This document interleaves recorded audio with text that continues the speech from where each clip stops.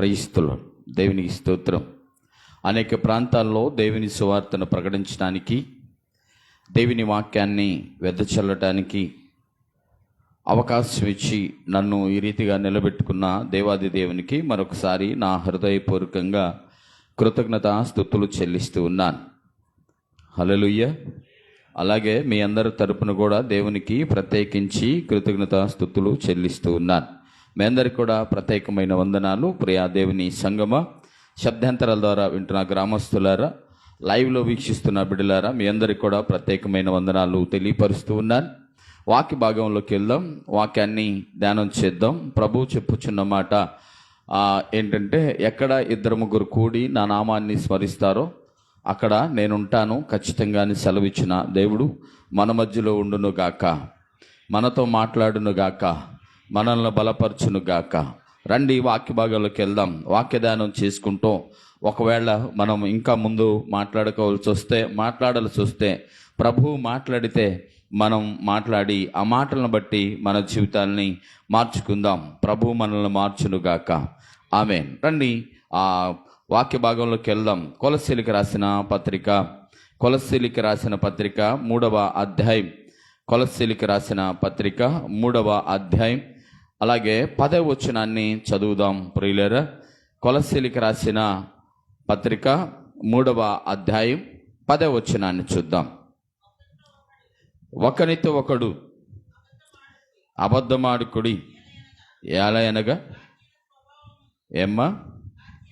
ఏలయనగా ప్రాచీన స్వభావమును దాని క్రియలతో కూడా మీరు పరిత్యాజించి జ్ఞానము కలుగు నిమిత్తము దానిని సృజించిన వానిని పోలిక చొప్పున నూతన పరచబడుచున్న నవీన స్వభావమును ధరించుకొని ఉన్నారు.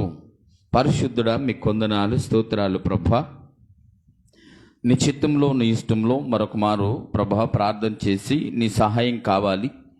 నీ సహాయం కోసం ప్రభా మీరు మాట్లాడితే మాట్లాడదామని, మీరు మాట్లాడిస్తే మాట్లాడదామని ఆశ కలిగి ఉన్న ఈ ప్రాణాన్ని మీరు తృప్తిపరచండి అయా. నీ నోటి బోరగా, నీ చేతి ఆయుధంగా నన్ను వాడుకొని బలపరచండి నాయనా. జ్ఞానమును, జ్ఞాపక శక్తిని, ఉజ్జీవమును, ఉరవడిని నాయనా, ఇదిగో నా తండ్రి, నీ వాక్య భాగములో ఉన్న లోతైన గూఢమైన మాటలను తెలియపరచడానికి నాయన అల్పుడునైనా నన్ను బలపరచండి. అలాగే సంఘమంతా కూడా నాయన ఆశతో ఆసక్తితో ఎదురు చూస్తూ ఉండగా నాయన మీరు మాట్లాడి ప్రభా సంఘాన్ని కూడా బలపరిచి ఏ రీతిగా ఉండకూడదో, ఏ రీతిగా ఉండాలో నాయన ఆ రీతిలో జీవించే భాగ్యాన్ని మాకు దయచేయమని, మా అందరి మనోనేత్రాలు తెరిచి నాయన మమ్మల్ని బలపరిచి భద్రపరిచి వాడుకోమని, వచ్చిన బిడ్డలు దీవించి రావాల్సిన వారు నడిపించి నాయన లైవ్లో వింటున్న బిడ్డలను కూడా దీవించమని యేసు నామములో మా మనవులు అడిగి పొందుకొని ఉన్నాం పరమ తండ్రి,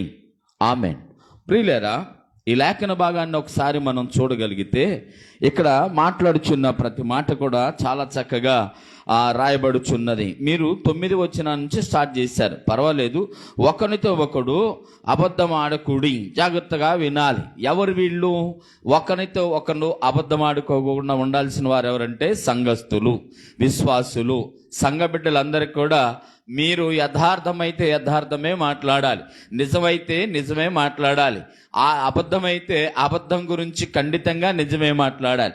అయితే మన టాపిక్ అది కాదు, కానీ కింద 10వ వచనంలో ఏముందంటే, యాలయనగా ప్రాచీన స్వభావమును దాని క్రియలతో కూడా మీరు పరిత్యాజించి. ఆగుదాం, అక్కడ జాగ్రత్తగా మాట్లాడుకుందాం ప్రియులరా.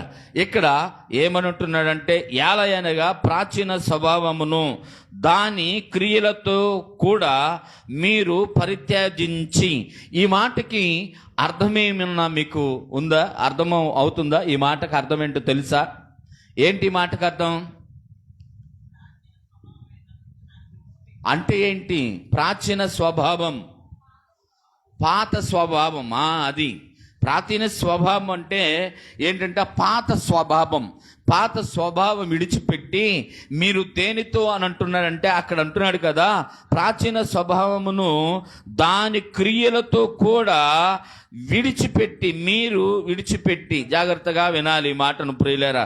క్రియలతో కూడా మీరు పరిత్యాజించి, వదిలివేసి, విడిచిపెట్టి, దేనితో?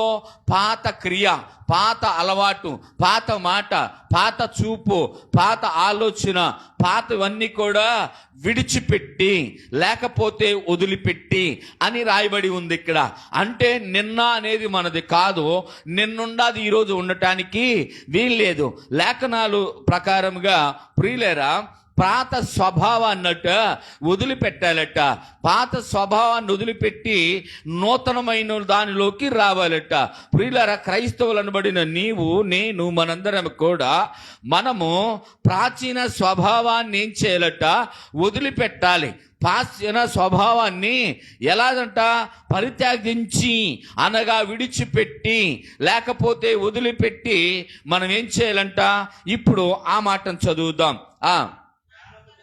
జ్ఞానము కలుగు నిమిత్తము దాన్ని సృజించిన వానిని. ఇప్పుడు ఎలాగున్నారట? దానిని సృజించిన వాని పోలిక చొప్పున నూతన పరచబడుచున్న నవీన స్వభావమును ధరించుకొని ఉన్నారు. ఇప్పుడు మీరు ఏమై ఉన్నారు? హలో, ఏమై ఉన్నారు మీరందరూ? మనం ఏమై ఉన్నాం? దేవుని ధరించుకొని ఉన్నాం. దేవుని నూతనాత్మను ధరించుకున్నాం. దేవుని యొక్క చిత్తాన్ని బట్టి దేవుణ్ణి మనము నవీన స్వభావంలోకి వచ్చాబెట్ట. నవీన స్వభావం అంటే నూతన స్వభావం. జాగ్రత్తగా వినాలి ప్రియులారా. ఈ వాక్యాన్ని మీరు వినగలిగితే ఇక్కడ రాయబడిన మాట ఏంటంటే, పాతవి వదిలేశారు. ఒకటి, పాతవి వదిలేశారు. దేనితో పాటు? క్రియతో పాటు కూడా మీరు పరిత్యాజించారు అని రాయబడింది. తర్వాత మరి మీరు ఎలా ఉండాలంటే, మీరు దేవుని, జీవము కలిగిన దేవుని పోలిక చొప్పున ఉన్నారని. ఇప్పుడు పోలిక చొప్పున ఉన్న మీరు ఇప్పుడు ఆయన స్వభావంలోకి రావాలట. జాగ్రత్తగా ఈ మాట వినాలి. మీరు రాసి మాకండి, కొద్దిగా వాక్యాన్ని కూడా వినండి, జాగ్రత్తగా వినండి. తెగ రాసే, అందరు రాసే పనులను ఉన్నారు. వాక్యాన్ని వినండి, ముందు వాక్యాన్ని విని తర్వాత రాసుకోండి. ఇప్పుడు ఏం చేయాలంట? జాగ్రత్తగా ఈ వాక్యాన్ని వింటే, ఇప్పుడు క్రియలతో సహా పాతవి వదిలేసావు కదా, క్రియలతో సహా పాతవి పరిత్యాజించావు కదా. ఇప్పుడు క్రియలతో సహా వదిలేసి నీవు ఎవరి పోలికలకు వచ్చావు? ఈ వాక్యాన్ని చెప్పి నేను ముగిస్తే ఇంకా రెండో రెఫరెన్స్ కూడా చూపించకపోవచ్చేమో. మీకు చాలా ఉన్నాయి, కానీ మీరు శ్రద్ధగా వింటే వాక్యాన్ని చక్కగా అర్థమవుతుంది. ప్రియులారా, ఇప్పుడు క్రియలతో సహా వదిలేసావు నువ్వు. నీవు ఎప్పుడైతే క్రీస్తుని గుర్తెరిగావో అప్పుడు వదిలేసి నీవు ఇప్పుడు నూతన స్వభావంలోకి రావాలి. ఇప్పుడు నూతన పోలికలో ఉన్నావు. అయితే క్రీస్తు పోలికలో ఉన్న నీవు, దేవుని పోలికలో ఉన్న నీవు ఆ నూతన స్వభావంలో ఉన్నావా లేదా? నవీన స్వభావం, జాగ్రత్తగా వినాలి. దానిలో ఉన్నావా లేదా? జాగ్రత్తగా వినాలి ప్రియులారా. బాప్తిసం తీసుకుంది కానీ ఆమె ఆ స్వభావం మారలా. బాప్తిసం తీసుకున్నాడు కానీ ఆయన ఆ స్వభావం మారలా. ఏ స్వభావం? పాత క్రియలు ఉన్నాయే, పాత అలవాట్లు ఉన్నాయే, పాత మాటలు ఉన్నాయే, పాత అలవాట్లు ఉన్నాయే, పాత అనేది ఉంది చూడు. అది మారకపోతే నిన్ను బట్టి మాట్లాడేది, నన్ను బట్టి మాట్లాడేది, మనల్ని బట్టి మాట్లాడేది ఏంటంటే, ఆయన ఒకవేళ మారేరేమో కానీ వాళ్ళ స్వభావం ఏ మాత్రం మారలేదు. అర్థమవుతుందా?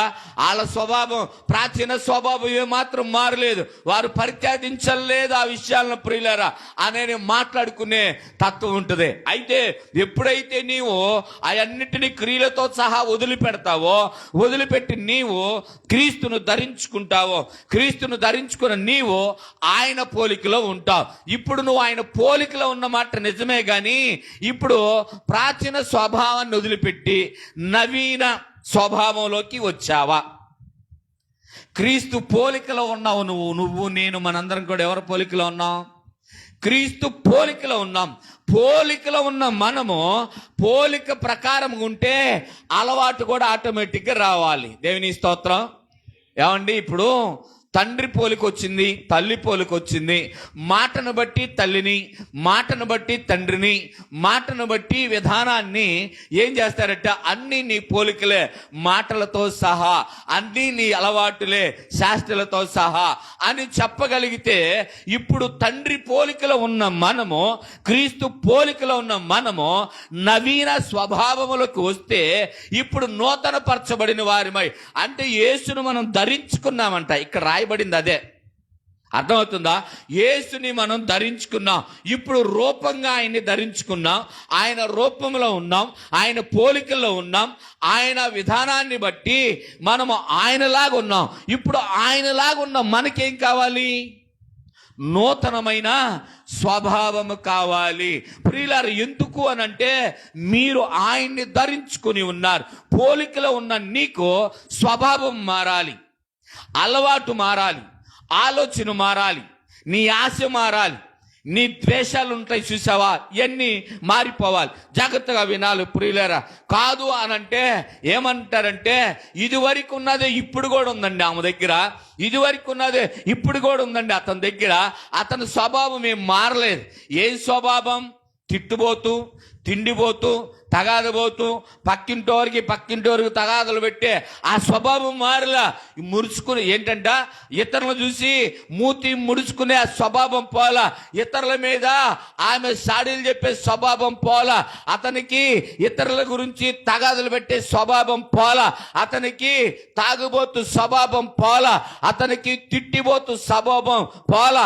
ఇలాంటి ఈ స్వభావంలోనే ఉంటే ఇంకా నువ్వు నూతనపరచబడింది ఎప్పుడు? తండ్రి పోలికలో ఉన్నావు, దేవుని పోలికలో ఉండి కూడా ఇంకా నీ స్వభావాన్ని మార్చుకోకపోతే ప్రాచీన స్వభావములోనే నువ్వు ఉన్నావని అర్థం. పాతవి గతించాలట. ఎప్పుడు? జాగ్రత్తగా వినండి ప్రియులారా. ఇప్పుడు అదే మనము దేవునిలోకి వచ్చిన తర్వాత, ఇప్పుడు ఆయన ధరించుకున్న తర్వాత, ఆయన పోలికలో ఉన్న మనల్ని చూసిన వాడు ఏమనాలంటే, ఆమెలో నిన్నున్నది ఈరోజు లేదండి, స్వభావం మారింది, దేవునికి స్తోత్రం. వాళ్ళ ఉద్దేశాలు మారినాయి, దేవునికి స్తోత్రం. వాళ్ళు ఇదివరకు మమ్మల్ని పలకరించే వాళ్ళు కాదు, కానీ ఎప్పుడైతే ఆయన పోలికలోకి వెళ్ళారో ఆయనలాగే మమ్మల్ని ప్రేమించే స్వభావం వారికి ఉందండి, దేవునికి స్తోత్రం. హల్లెలూయా.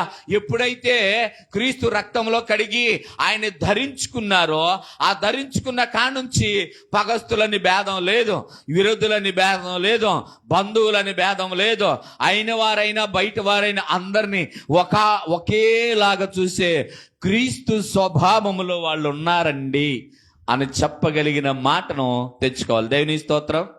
హల్లెలూయా, హల్లెలూయా. జాగ్రత్త ప్రియులారా. ఇప్పుడు మన స్వభావం ఏమవ్వాలట? మారాలి, నూతన పరచబడాలి, నూతన స్వభావంలోకి మనం రావాలి, నవీన స్వభావంలోకి రావాలి. ఎప్పుడైతే అలా వస్తామో ఎదుటి వారిని ప్రేమించడానికి ఇష్టపడతాం. ఈ ప్రేమ క్రీస్తుదే, దేవుని స్తోత్రం. మళ్ళొకసారి మీకు జ్ఞాపకం చేస్తాను ప్రియులారా. మరి మీరు ఎంతవరకు వింటున్నారో వాక్యం నాకు తెలియదు, కానీ వాక్యాలు దేవుడు మీకు మాత్రం పుష్కలంగా ఇస్తున్నాడు. మరి మీరు ఎంతవరకు విని అవలంబిస్తున్నారు నాకు తెలియదు, కానీ దేవుడిచ్చే వాక్యాన్ని మరి చక్కగా మీరు సద్వినియోగం చేసుకుంటున్నారో లేదో నాకు తెలియదు, కానీ మరలా చెప్తున్నాను, దేవుడు మీకు ఇచ్చిన వాక్యాల్ని అత్యద్భుతంగా మాత్రం మాట్లాడిస్తున్నాడు. నేను ఒక మాట చెప్తాను. నేను కొత్తగా బాప్తిసం తీసుకున్న టైంలో మరొకసారి ఈ మాట చెప్పడానికి కారణం ఏంటంటే, మీలో ఏదన్నా కొంచెం మార్పు ఏదన్నా వచ్చిద్దేమోనని, మన సంఘంలో ఏదన్నా మార్పు వచ్చిందా. నేను బాప్తిసం తీసుకున్న కొత్తలో 2వ రోజో 3వ రోజో మా ఊరు వెళ్ళాను.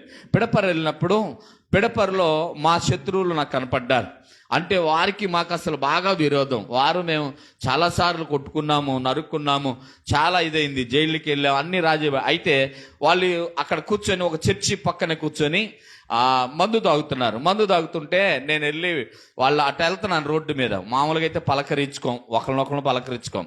నేను వెళ్తా ఉన్నాను, వాళ్ళు అక్కడ కూర్చోగానే నేను వెళ్ళి నుంచొని వందనాలు మామయ్య అని అన్నాను. వందనాలు మామయ్య అనగానే అతని నోట్లో నుంచి వచ్చిన భయంకరమైన మాటలు నాకు ఇప్పటికీ వినపడతాను. చాలా చండాలంగా, అసభ్యంగా, భయంకరంగా తిడుతున్నాడు నన్ను. సరే మామయ్య, అలాగే మామయ్య, సరే అని. ఆయన ఏమన్నాడంటే, నిన్ను ఎలా నరుగుతానో తెలుసా?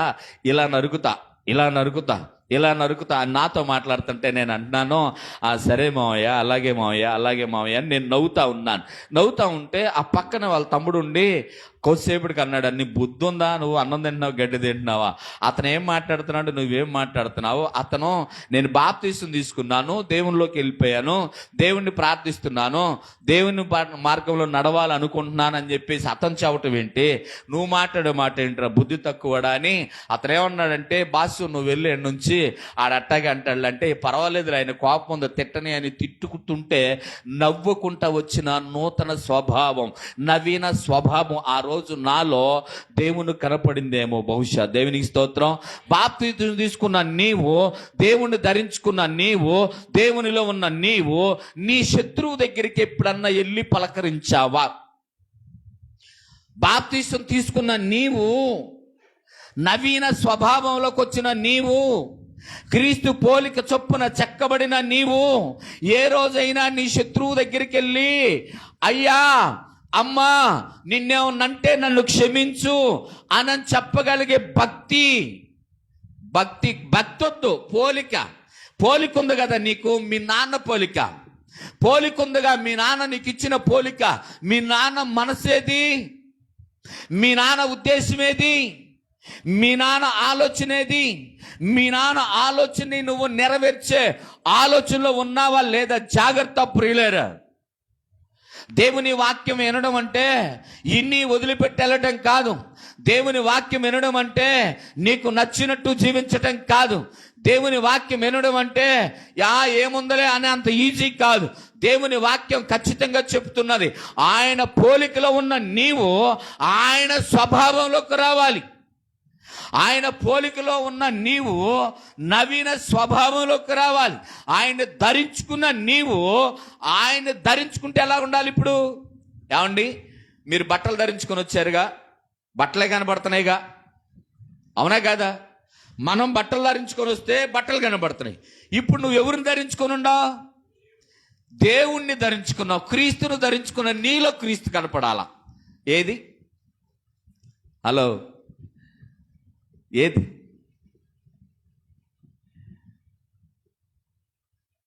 చూపించారు ఎక్కడన్నా?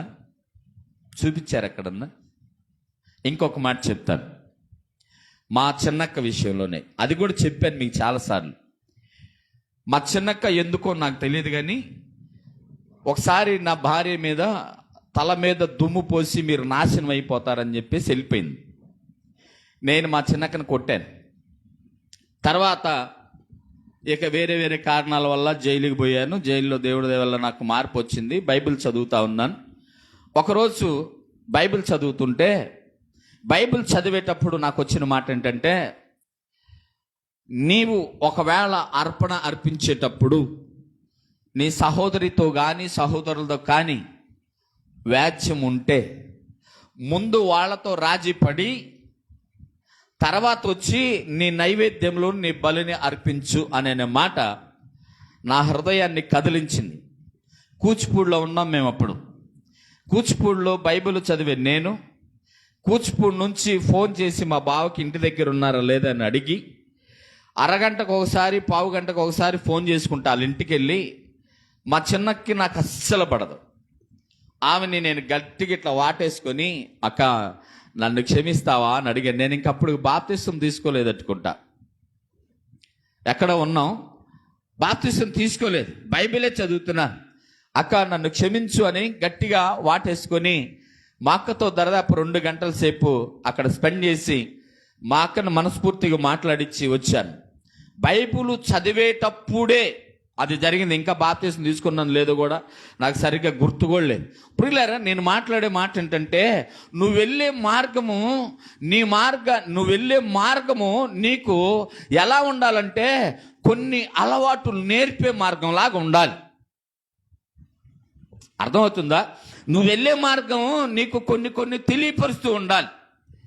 ఈ మార్గాన్ని వెళ్ళేటప్పుడు నేను ఇది చెయ్యాలి. ఏమండి, మీరు ఇంట్లో పని చేసుకునేటప్పుడు, ఇంట్లో వంట చేసుకునేటప్పుడు, ఇంట్లో లేకపోతే ఇల్లు కట్టుకునేటప్పుడు, పెళ్ళిళ్ళు చేసుకునేటప్పుడు మైండ్ లేకుండా పని చేస్తారా?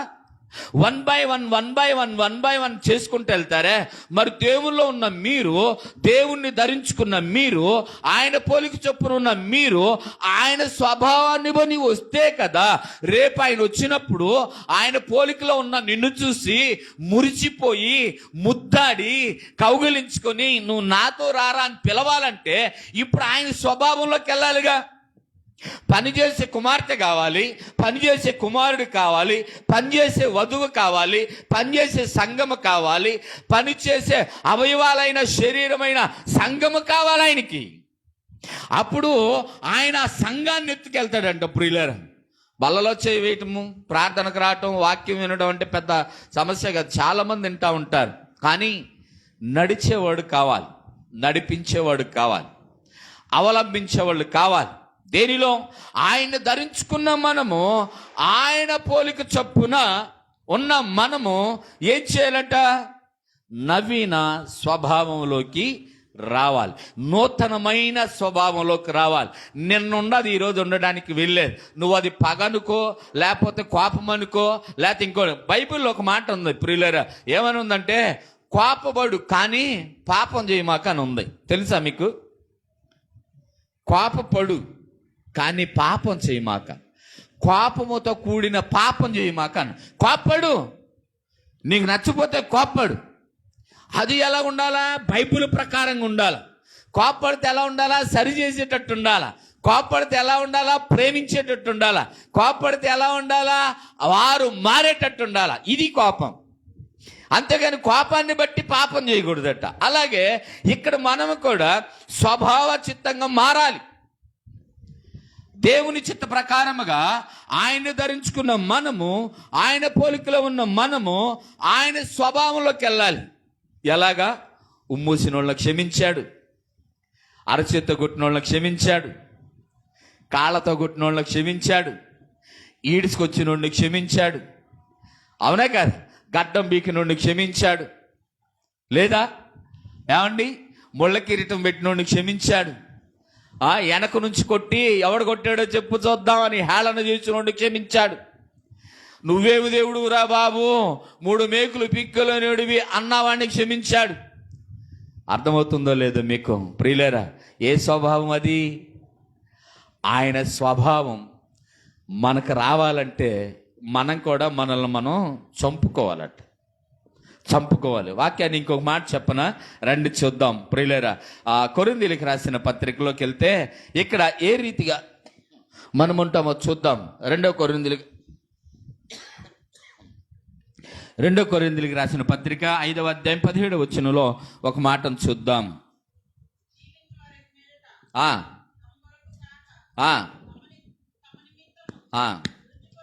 2 కొరింథీయులకు రాసిన పత్రిక 5వ అధ్యాయం 17వ వచనం.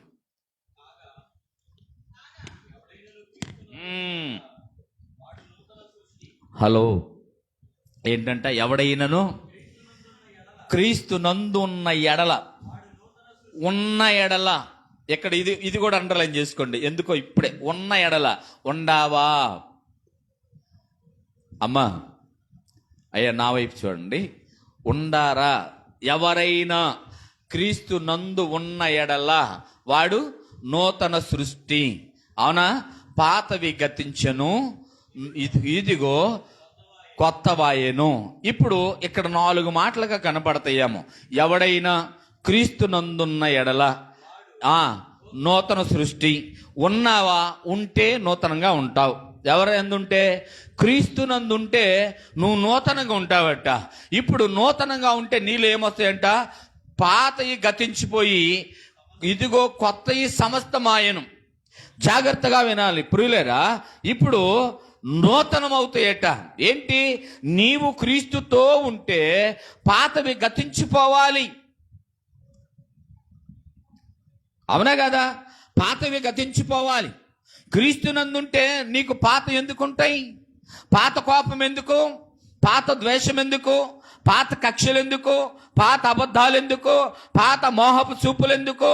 పాతగా నువ్వు చేసిన ప్రతి తాగుబోతానం, తిట్టుబోతానం, తగాదులని, లేత అయ్యని ఇయ్యని, లేత వీరికి వారికి గిట్టం, లేత మాకు వారికి గిట్టమని క్రీస్తు నందుంటే ఈ అవసరం లేదు కదా. క్రీస్తులో ఉన్న నీకు అందరూ కావాలి. దేవునికి స్తోత్రం. ఎంగళాయపాలెంలో నాతో మొన్న ఒక వ్యక్తి, వాళ్ళు మనతో మాట్లాడరు కానీ నువ్వు మాట్లాడ మాకు అని అన్నాడు. నేను అన్నాను, అది మీకు ఉండాలి, నాకు కాదు. ఎందుకని? నేను దైవజనుడిని, సేవకుడిని, క్రీస్తు పోలికలో ఉన్నవాడిని, క్రీస్తు స్వభావంలో ఉన్నవాడిని. నేనేం చేయాలా? అందరిని పలకరించుకుంటా తిరుగుతూ వెళ్ళాలి. దేవుని స్తోత్రం, హల్లెలూయా.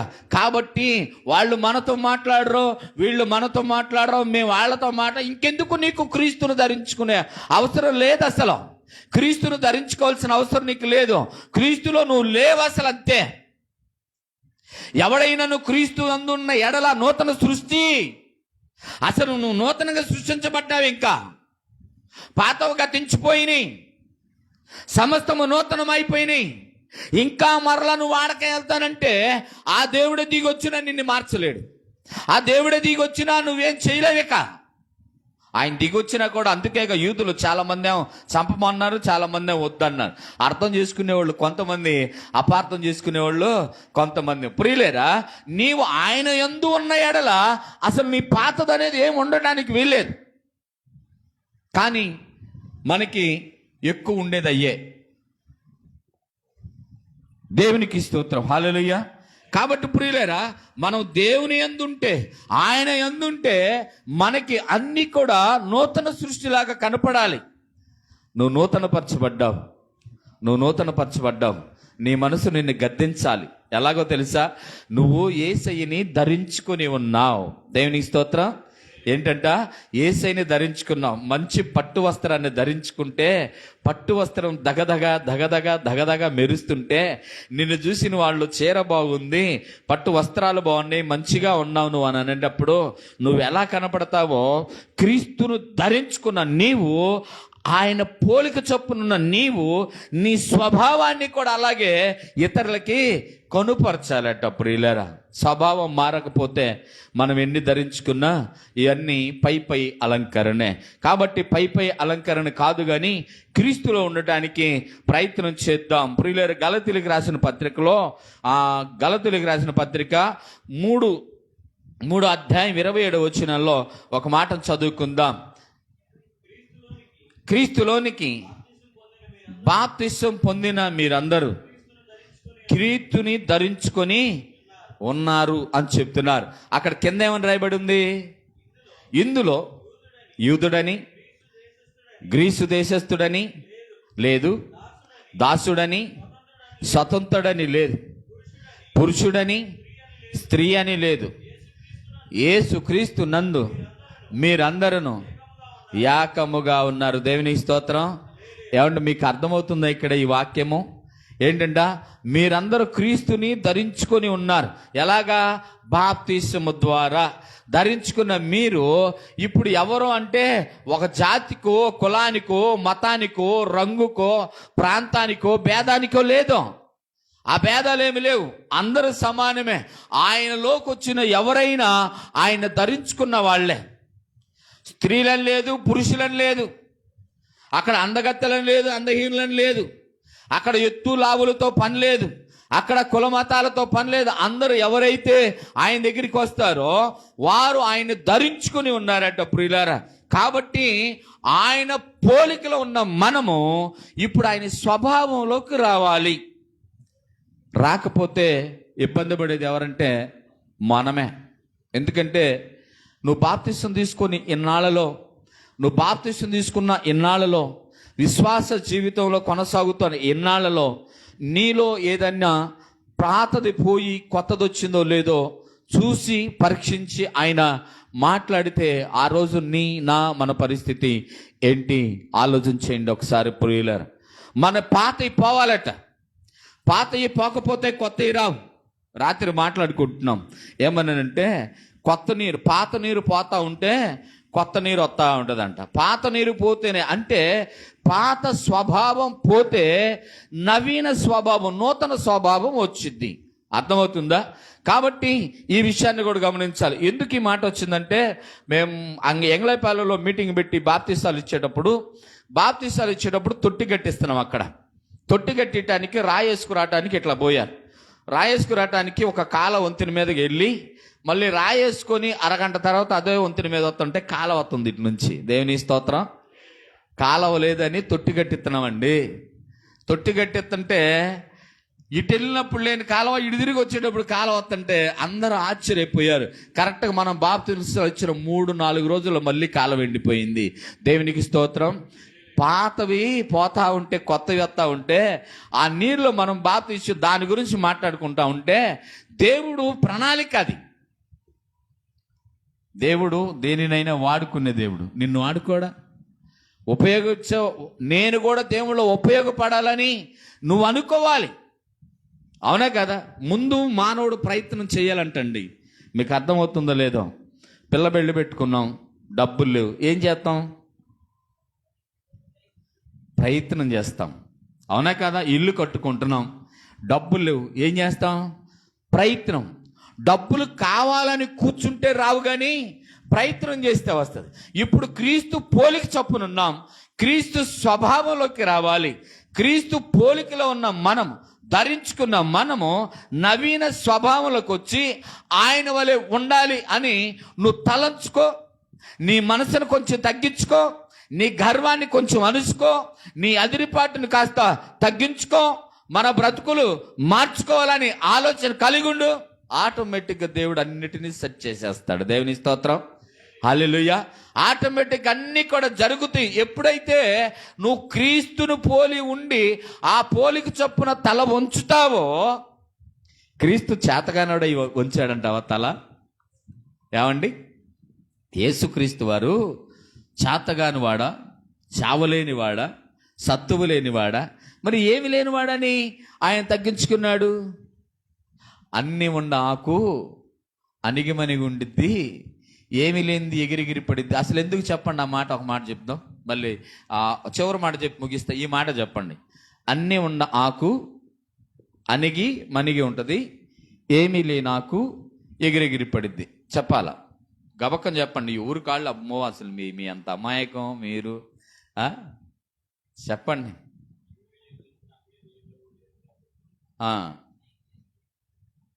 మరి ఆ మాట చెప్పడానికి 5 నిమిషాలు ఆలోచించి చెప్తున్నారు ఏంది? అది మీకు తెలిసింది మీరు చెప్పండి. మీకు తెలిసింది మీరు చెప్పటమే వాస్తవమే కదా. అది ఏమి లేదు కాబట్టి ఆ గాలి కూరకు ఎగురుతూ ఉండదు. అది అన్నీ ఉండదు. అన్నీ ఉండదంటే బరువు ఉంటుంది కాబట్టి. అన్నీ కలిగి సమస్తం ఉన్న యేసుక్రీస్తు వారు మౌనంగా ఉంటే ఏమీ లేని పనికి రాని, అంటే దానిలో ఇంకేమి పెట్టకపోయిన ఆకు లాంటి జీవితాల్లో మనం మాత్రం ఎగిరెగిరి పడతాం. నన్ను చూడు, నా అదిరిపాటు చూడు, నన్ను చూడు, నా చక్కదానాన్ని చూడు, నన్ను చూడు, నా సొగసు చూడని ఇప్పుడు సియోను కుమార్తెలు అలాగే నడిచేవాళ్ళు అంట. సియోను కుమార్తెలు ఎలాగ నడిచేవాళ్ళట? వాళ్ళంట మెడలు చాచుకుంటా, గజ్జలు కట్టుకుంటా, అవన్నీ. దేవుడి చిత్తం అయితే ఆ వాక్యం చెప్పానా నేను? మొన్న చెప్పానా? జాగ్రత్తగా వినండి ప్రియులారా. ఇవన్నీ కాదు, చంప చెవిరేలు ఎండి ఒడ్డానం పెట్టుకొని ఇవన్నీ పెట్టుకొని మెడల చాచుకుంటూ తొడలు చరుచుకుంటా గజ్జలేసుకొని గల్లు గల్లు గల్లు అని తిరిగి, ఇది కాదు జీవితం. విషయం ఏంటంటే నీకు అవన్నీ ఉండొచ్చామా కానీ ఏమీ లేని దానివే నువ్వు కూడా. అలా కాకుండా ఏమీ లేని ఆకు ఎగిరెగిరి పడినట్టు కాకుండా అన్నీ ఉన్న క్రీస్తును చూసి నేను కూడా ఆయనలాగా ఉండును గాక. దేవునికి స్తోత్రం. హల్లెలూయా. ఆయనలాగా ఉండాలి.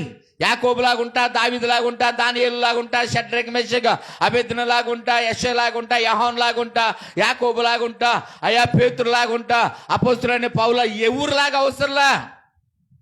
ఆ అన్ని ఉన్న ఆకును ఉన్నట్లుగా నేను కూడా సమస్తము కలిగిన నిన్ను పోలి నడుచుకుంటా, నీ పోలికలో ఉంటా, నీ స్వభావంలో ఉంటా, నీకులాగా ఉంటా, నీకులాగా వచ్చుకుంటా. అయ్యా నీకు నేను తోడుగా ఉండి ఈ లోకంలో నిన్ను నేను కనుపరుస్తా. ఇది వాక్యానుసారంగా జీవించే జీవితం. అర్థమవుతుందా? అన్ని ఉన్న నీవే అలాగుంటే తిరిగిపో భూమి అంటే తిరిగిద్ది, రాలిపో ఆకాశం అంటే రాలిపోయిద్ది, ఆగిపో సముద్రం అంటే ఎండిపోయిద్ది.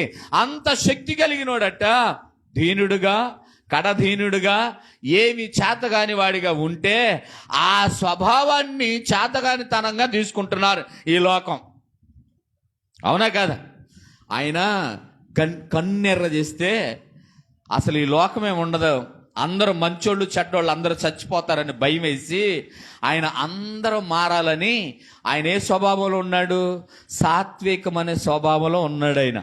ఆయన పట్టుకొని శాతగానోడు అంటున్నాడు, 3 మేకులు బిక్కోలేనోడు అంటున్నాడు, ఎవడు పడతాడు. వాళ్ళని చూసి మనోళ్ళు కూడా ఏముందలే, మనోళ్ళు అంటే ఏంది, మళ్ళీ జాతుల దగ్గరికి వెళ్ళారు. క్రైస్తవులకు కూడా తేలికైపోయాడు. ప్రియులారా, దేవుని స్వభావంలోకి రావాలా, దేవుని పోలికలో ఉన్న నీవు దేవుని స్వభావంలోకి రావాలి. తర్వాత ఏంటంటే ఇంకొక మాట చూసి నేను ముగిస్తాను. గలతీయులకు రాసిన పత్రిక 5వ అధ్యాయం 16-17 వచనాన్ని చూద్దాం ఒకసారి.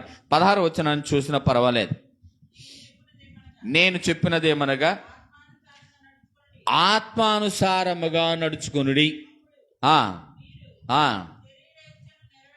అది చాలు ప్రియులారా. ఏంటంట, ఇప్పుడు మనం ఏ స్వభావంలోకి రావాలి? ఆత్మానుసారముగా నడుచుకోవాలి. ఎలా నడుచుకోవాలి? శరీరం ఏం చెప్తే అది కాదు, ఆత్మానుసారంగా నడుచుకోవాలి. ఆత్మ చెప్పిన మాట వినాలి. ఆత్మ అనగా దేవుడే. పరిశుద్ధాత్మ చెప్పిన మాట మనం వినాలి. పరిశుద్ధాత్మ దేవుడు చెప్పిన ప్రకారంగా నడిస్తే, ఆ దేవుడు చెప్పిన ప్రకారంగా మనము ప్రవర్తిస్తే మనం ఎలా ఉంటామంట? నూతన స్వభావములో, నవీన స్వభావంలో ఉంటాం ప్రియులారా. కాబట్టి క్రీస్తు నీకు ఇచ్చిన అవకాశాన్ని, మనకిచ్చిన అవకాశాన్ని సద్వినియోగం చేసుకోండి. ప్రతి వారికి కూడా చేయాల్సిన పని అదే. మనందరం చేయాల్సిన పని ఏంటంటే, ఆయన పోలికలో ఉన్న మనము ఆయన చిత్త ప్రకారముగా నడుచుకోవాలి. అర్థమవుతుందా? ఆయన ధరించుకున్న మనము ఆయన్ని కనుపరచాలి. ఇది వదిలేసి మనం ఏంటంటే పాతవి అలాగే దాచిపెట్టుకుంటున్నాం. ఆయన ఎవరో బాప్తిస్మం ఇస్తుంటే చెయ్యి ఒకటి పైకెత్తాడంట. నాకు తెలియదు, చాలా మంది చెబుతారు ఇదంతా జోకో సీరియస్ తెలియదులే కానీ, ఏదేమైనా చెయ్యి పైకెత్తాడు. ఎందుకంటే పక్కింటోడిని కొట్టాలి, అప్పుడు దాకా ఈ చెయ్యి నీళ్ళలో ముంచనని. ఏ స్వభావం అది? అంతా ముంచు, ఈ చెయ్యి మాత్రం ముంచబాక. ఎందుకని అని అంటే, పక్కింటోడు ఒకసారి నన్ను కొట్టాడు, ఆ కొట్టిందాక ఈ చెయ్యి ముంచమాక అన్నాడట. నేను మొట్టమొదటిసారి ఆ బాప్తిస్మలో పాల్గొన్న ఒక వ్యక్తిని వ్యక్తి గురించి చెప్తాను ప్రియులారా. ఆ తొండపి కాదు, గుడిపాడు అనే ఒక ఊరుంది. ఆ గుడిపాడు అనే ఒక ఊరిలో మీటింగ్స్ పెట్టాం. ఎప్పుడో ఒక 5-6 సంవత్సరాల క్రితం మీటింగ్స్ పెడితే ఆయన బాగా రోగి అయ్యి చనిపోయే స్థితిలో ఉన్నాడు. ఆ స్థితిలో ఉండి కూడా ఆయనకి నిమ్ము అలాగే ఇంకా టీబీ అలాంటివి ఉండి చనిపోయే స్థితి. ఇలాగ నేను పాట పాడుతున్నాను, అక్కడ కూర్చున్నాడు, నన్ను చూసి ఆయన పాట పాడాడు. తర్వాత వాక్యం చెప్పాను, వాక్యం విన్నాడు. అయిపోయిన తర్వాత కొన్నాళ్ళకి ఆయన చనిపోయాడు అనుకున్నాను. నేను వాస్తవంగా అనుకున్న తర్వాత ఎందుకు కొన్నాళ్ళకి వెళ్తే ఆయన మళ్ళీ మీటింగ్లు పెట్టేటప్పుడు వచ్చాడు. ఆ మీటింగ్లో కొంతమంది బాప్తిసాలు తీసుకుంటున్నారు, ఈయన మాత్రం ఆయన నుంచున్నాడు. నేను చూశాను, ఆయన చూసి, మీరు అప్పుడు రవి గారు కదా అన్నాను. అనగానే అవునండి నేనేనాను. రికవర్ అయ్యావు, బతికే ఉన్నావే అన్నా. నేను ఇట్టాగే అన్నా, బతికే ఉన్నావే అంటే ఆయన పరిస్థితి అది ఆ రోజున.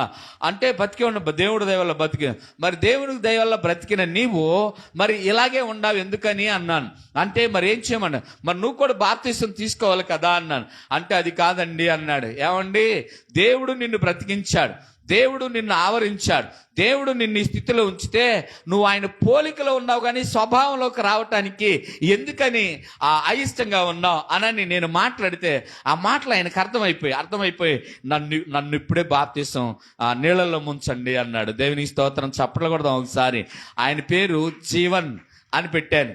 ఆయన పేరు జీవన. నేనే మొట్టమొదటిసారిగా నేను బాప్తిసాల్లో పాల్గొన్నప్పుడు ఆయన 6 అడుగులు ఉంటాడు, బాగా సన్నగా. ఆయనకి నేను చెప్పిన మాట అర్థమైంది. దేవుని పోలికలో ఉన్నావు కానీ స్వభావం లేదు నీకు. దేవుని మేలును పొందుకున్నావు కానీ దేవునికి కృతజ్ఞత చెల్లించే ఉద్దేశం నీకు లేదు. దేవునిలో ఉన్న నీవు ఎలా ఉండాలో, దేవుడు ఆయుష్నిస్తే ఎలా ఉండాలో తెలుసుకోలేకపోయావు. మీరు కరెక్ట్ కాదండి అన్నాను. అంటే ఆ రోజున 6-7 బాప్తిసం ఇస్తే వాళ్ళలో ఈ వ్యక్తి కూడా అక్కడ ప్రియులేరా. ఇప్పుడు ఆ రోజు నుంచి ఆయన ఎలాగొచ్చాడంట, క్రీస్తును ధరించుకున్న వాడై ఆయన నవీన స్వభావములో ఉన్నాడు. చక్కగా ప్రియులేరా, నీవు నేను మనందరం కూడా యేసులో బాప్తిసం తీసుకున్నప్పుడే అన్నీ వదిలేసాం. అర్థమవుతుంది మీకు? యేసు క్రీస్తు పేరిట బాప్తిసం తీసుకున్నప్పుడే పాతవన్నీ వదిలేసేసాం, అవునా కదా? అన్నీ వదిలేసేసి ఆయన ధరించుకున్న మనము లగంగానే నూతనంగా ఆయన ధరించుకున్న మనము ఎలా ఉండాలంటే ఇక నూతన పరచబడాలి. రోజు రోజుకి నూతన పరచబడాలి. ఆ స్వభావంలోకి రావాలి మనం. అది వదిలేసేసి మనం అక్కడే ఉన్నాం, మేము ఎక్కడే ఉన్నాం, ఆ రోజు ఏం జరిగిందో తెలుసు అంటే ఇంకా నువ్వు ఏడున్నావంటే ప్రాచీన స్వభావములో ఉన్నావు. నీవు వాటిని ఎడవాలేదు, వాటిని వదలాలేదు. వాటిని విడిచినవాడు, వాటిని వదిలినవాడు, వాటిని వద్దని నెట్టేసిన వాడు ఎలాగుంటాడంటే నూతన సృష్టి. దేవునికి స్తోత్రం. ఎలా ఉంటాం? నూతన సృష్టి. యేసునందు ఎవడైనా ఉన్న ఎడల, దేవుని యందు ఉన్న ఎడల ఉన్నావా లేదా అనేది నీ క్వశ్చన్ నువ్వే పెట్టుకోలేక. అక్కడ ఉన్న ఎడల వాడు నూతన సృష్టి. ఇప్పుడు ఎప్పటికప్పుడే నూతనంగా మనం నూతన వస్త్రాలు కావాలి, నూతనమైన దీవులు కావాలి, నూతనమైన ఇళ్ళు కావాలి, నూతనమైన బళ్ళు కావాలి, నూతనమైన బట్టలు కావాలి, అన్నీ నూతనం కావాలంట. మరి క్రీస్తుకి నువ్వు నూతనంగా కనపడవా? ఇది గమనించండి, అవునా కాదా? పాడిన పాటే పాడరా పాసిబళ్ళ భద్రయ్య అంటారు కదా. అలాగే నీవు మాత్రం ఎప్పుడు అలాగే ఉండు. దేవుడి దగ్గర నుంచి మాత్రం అన్ని నీకు నూతనమైనవి కావాలా? మరి నువ్వు నూతన పరచబడవా? నూతన స్వభావంలోకి రావా?